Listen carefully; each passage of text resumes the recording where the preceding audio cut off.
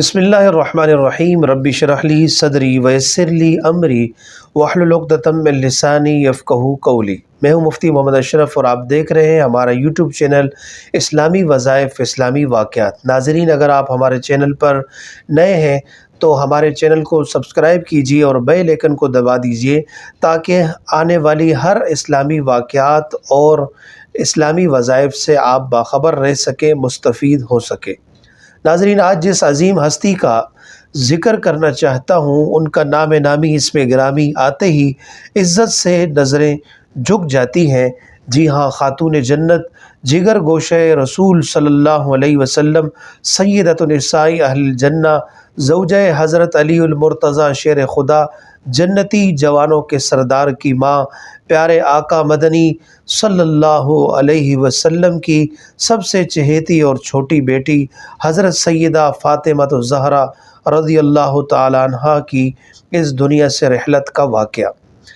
حضرت علی المرتضیٰ رضی اللہ تعالی عنہ نماز فجر پڑھ کے گھر تشریف لائے، دیکھا حضرت سیدہ فاطمہ رضی اللہ تعالی عنہا چکی چلا رہی ہے، ادھر آٹا گوندا جا رہا، ادھر کپڑے دھوئے جا رہے اور گھر کی صفائی بھی ہو رہی۔ حضرت علی المرتضیٰ رضی اللہ عنہ نے تعجب سے فرمایا، اے فاطمہ، ایک وقت میں اتنے کام؟ حضرت فاطمہ الزہرا رضی اللہ تعالی عنہا نے فرمایا، اے علی، میرے پاس وقت بہت کم ہے۔ حضرت علی المرتضیٰ رضی اللہ عنہ نے حضرت سیدہ فاطمہ کو ہاتھ سے پکڑا اور بستر پر تشریف لے گئے اور بستر پر بٹھا کر فرمایا، فاطمہ، ساری رات مصلی پر رہی ہو۔ سیدہ کے بالوں میں حضرت علی المرتضیٰ رضی اللہ عنہ نے ہاتھ پھیرتے ہوئے فرمایا، فاطمہ، وقت کم ہے؟ فرمایا، جی علی، وقت بہت کم ہے۔ کہا، کس نے آپ سے کہا کہ وقت کم ہے؟ فرمایا کہ میں فجر کی نماز پڑھ کے ذکر میں مشغول تھی، میری آنکھ لگ گئی، خواب میں میرے پیارے آقا مدنی صلی اللہ علیہ وسلم، میرے ابا جان کی مجھے زیارت ہو گئی۔ میں نے دیکھا کہ حضرت آقا مدنی میرے گھر میں تشریف لائے اور اس کمرے میں دیکھ رہے، کبھی مجھے صحن میں تلاش کر رہے ہیں، تو میں اچانک آپ اپنے ابا جان کے سامنے آ گئی اور آپ نے مجھے اپنے سینے سے لگایا اور سینے سے لگا کر زار و قطار رونے لگے۔ میں نے کہا، خیریت ہے؟ آپ کیوں پریشان ہیں؟ کیوں رو رہے ہیں؟ فرمایا، بیٹی کہاں چلی گئی تھی؟ کب سے تجھے تلاش کر رہا ہوں۔ فاطمہ، تیرا ابا آج تجھے لینے آ گیا ہے۔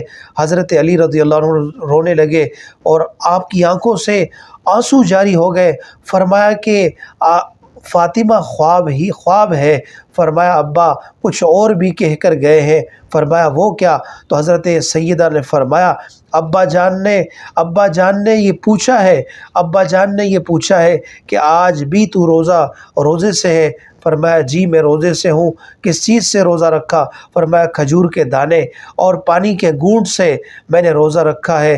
فرمایا کہ مجھے آقا مدنی نے سینے سے، میرے ابا جان نے سینے سے لگا کر فرمایا، بیٹی تو حضرت علی کو، اپنے شوہر کو بتا دے کہ تو نے علی کے دسترخوان پر روزہ رکھا ہے، افطار کے لیے تیرے ابا جان دسترخوان پر جنت میں تیرا انتظار کر رہے ہیں، اس لیے میں کپڑے دھو کر اور کھانا پکا کر اور جھاڑو دے کر اور سارے کام کر کے جا رہی ہوں تاکہ میرے جانے کے بعد، میری وفات کے بعد آپ کو تکلیف نہ ہو، آپ کو اذیت نہ پہنچے۔ اتنے میں حضرت حسن حسین رضی اللہ عنہما بھی تشریف لائے جو اس وقت بہت چھوٹے تھے۔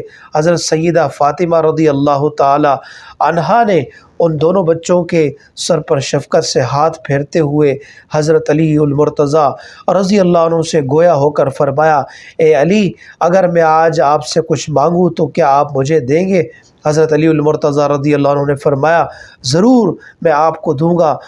فرمایا، میری 3 وصیتیں ہیں، میرے مرنے کے بعد آپ جس نیک عورت سے چاہیں آپ شادی کر لیجئے گا، اور دوسرا یہ 29 دن آپ اپنی بیوی کے پاس، 1 دن میرے بچوں کے پاس گزاریے گا تاکہ ان کو ماں کی ممتا کی محبت کا پیار مل سکے، اور پھر جب یہ بڑے ہو جائیں تو فرمایا انہیں اللہ تبارک و تعالیٰ کے سپرد کر دیجئے گا۔ جب یہ باتیں بچوں نے سنی تو وہ حضرت علی المرتضیٰ اپنے ابا جان سے پوچھنے لگے کہ آپ ابا جان امی جان کہاں جا رہی ہے؟ تو حضرت فاطمہ رضی اللہ تعالیٰ عنہ نے بچوں کی جب یہ کیفیت دیکھی تو فرمایا جاؤ اپنے نانا جان کے روضے پر میرا اور اپنا سلام کہہ کر آؤ۔ بچے چلے گئے اور جب روضے رسول صلی اللہ علیہ وسلم پر پہنچے، سلام عرض کیا تو اندر سے آواز آئی، اے میرے بچوں جاؤ آج اپنی والدہ کے پاس چلے جاؤ، نانا کا روزہ تو بعد میں دیکھ لو گے لیکن ماں کا چہرہ دوبارہ نہیں دیکھ پاؤ گے، تمہارے پاس بھی وقت کم ہے۔ اور بچے روتے ہوئے زار و قطار روتے ہوئے واپس آئے۔ حضرت فاطمہ نے فرمایا اتنی جلدی واپس آ گئے، کیوں رو رہے ہو؟ تو بچے کہنے لگے کہ نانا جان کی قبر مبارک سے یہ آواز آئی کہ آپ چلے جائیں اور اپنی والدہ کا دیدار کریں، میرے روزے پر تو بعد میں بھی آ سکتے ہیں۔ حضرت سیدہ فاطمہ الزہرا رضی اللہ تعالیٰ عنہ کی آنکھوں سے بھی آنسو جاری ہے۔ حضرت علی المرتضیٰ رضی اللہ عنہ بھی زار و قطار رو رہے ہیں، بچے بھی رو رہے ہیں۔ حضرت فاطمہ نے تیسری وصیت فرمائی، علی فرمایا میری تیسری وصیت یہ ہے کہ اللہ کے واسطے اپنا حق مجھے معاف کر دیجئے گا، تاکہ حوض کوثر پر کہیں میرے ابا جان پوچھے کہ تو نے اپنے شوہر کا حق ادا کیا تو میں کیا جواب دوں گی؟ اے علی مجھے معاف کر دیجئے گا۔ حضرت علی رضی اللہ عنہ نے جب یہ بات سنی تو اور پھوٹ پھوٹ کر رونے لگے۔ فرمایا فاطمہ یہ تو میں کہنا چاہتا تھا کہ کل تم حوض کوثر پر پیارے آقا مدنی صلی اللہ علیہ وسلم کے ساتھ کھڑی ہوں گی، اور اگر میں آ جاؤں تو اپنے والد سے میری شکایت نہ لگانا کہ یہ وہ علی ہے جو آ رہے ہیں، کبھی پیٹ بھر کے مجھے کھانا تک نہیں کھلایا۔ اے فاطمہ مجھے بھی معاف کر دینا اور میری شکایت آقا مدنی سے نہ لگانا۔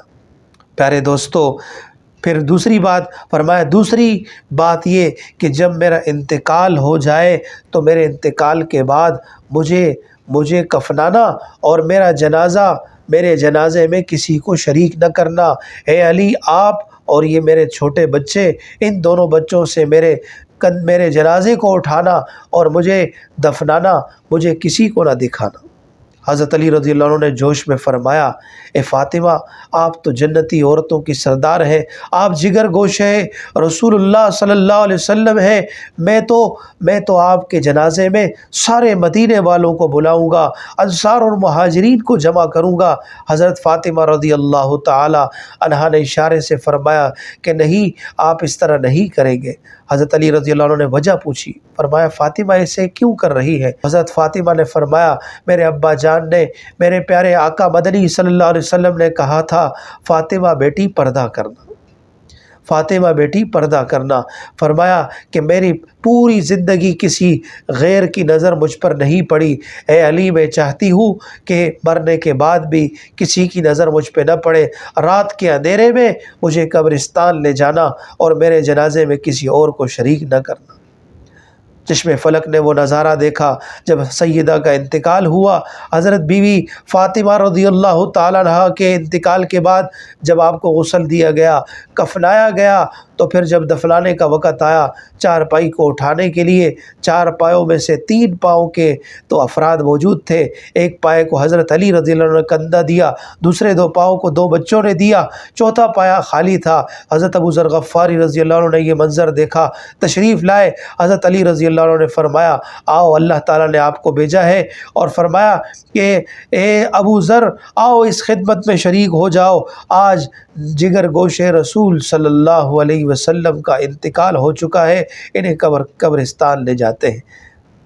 چشم فلک نے یہ نظارہ دیکھا، یہ عجیب منظر دیکھا کہ فلک بھی آنسو بہا رہا ہوگا، فرشتے بھی اس منظر کو دیکھ کر رو رہے ہوں گے۔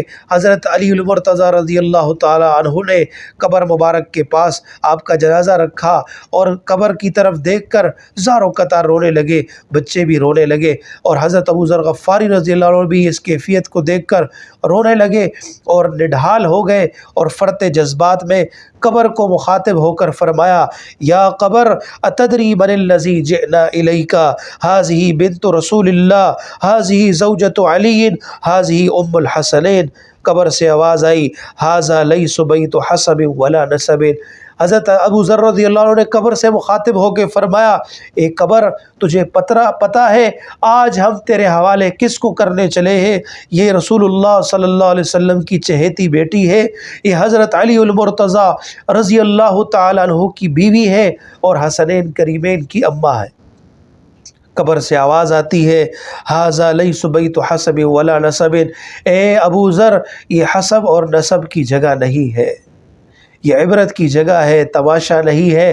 فرمایا کہ یہ حسب نسب کی جگہ نہیں، یہ تو عمل کی جگہ ہے، جو جس طرح عمل کرے گا میں ویسے ہی برتاؤ اس کے ساتھ کروں گی۔ حقیقت میں قبر کا یہ پیغام امت مسلمہ کے ہر فرد و بشر، مرد اور عورت کے لیے تھا، قیامت تک آنے والے انسانوں کے لیے تھا کہ اس قبر عمل کا صندوق ہے، اس کے اندر حسب نسب نہیں چلتا، عمل چلتا ہے، ورنہ سیدہ فاطمہ الزہرا تو جنتی عورتوں کی سردار ہے، آپ نے خود ان کو جنتی ہونے کی بشارت دی ہے، وہ تو جنتی ہے۔ آخر کار حضرت سیدہ فاطمہ الزہرا رضی اللہ تعالی عنہا کو قبر کے سپرد کیا گیا اور آپ پر مٹی ڈالی گئی۔ یقیناً ایک بہت بڑا صدمہ تھا کہ 6 ماہ قبل رسول اللہ صلی اللہ علیہ وسلم اس دنیا سے وصال فرما گئے تھے اور 6 ماہ بعد آپ کی چہیتی بیٹی آپ کے پاس آ گئی، اور یقیناً انہوں نے رسول اللہ صلی اللہ علیہ وسلم کے ساتھ دسترخوان جنت پر افطاری بھی فرمائی ہوگی اور جنت کی شہزادی بنی ہوگی۔ اللہ تبارک و تعالی امت مسلمہ کی بیٹیوں کو سیدہ فاطمہ الزہرا رضی اللہ تعالی عنہا کی طرح حیا اور پاک دامنی نصیب فرمائے کہ مرنے کے بعد بھی اپنا ایک بال کسی کو نہ دکھایا، اور یہ خواہش ظاہر کی۔ اللہ ہماری ماؤں بہنوں بیٹیوں کو بھی ایسا جذبہ نصیب فرمائے، اور اس بے حیائی اور پرفتن دور میں ماؤں بہنوں کی عزت اور آبرو اور دوپٹے کی اللہ تبارک و تعالی حفاظت فرمائے۔ اللہ تبارک و تعالی ہم سب کو عمل کی توفیق نصیب فرمائے۔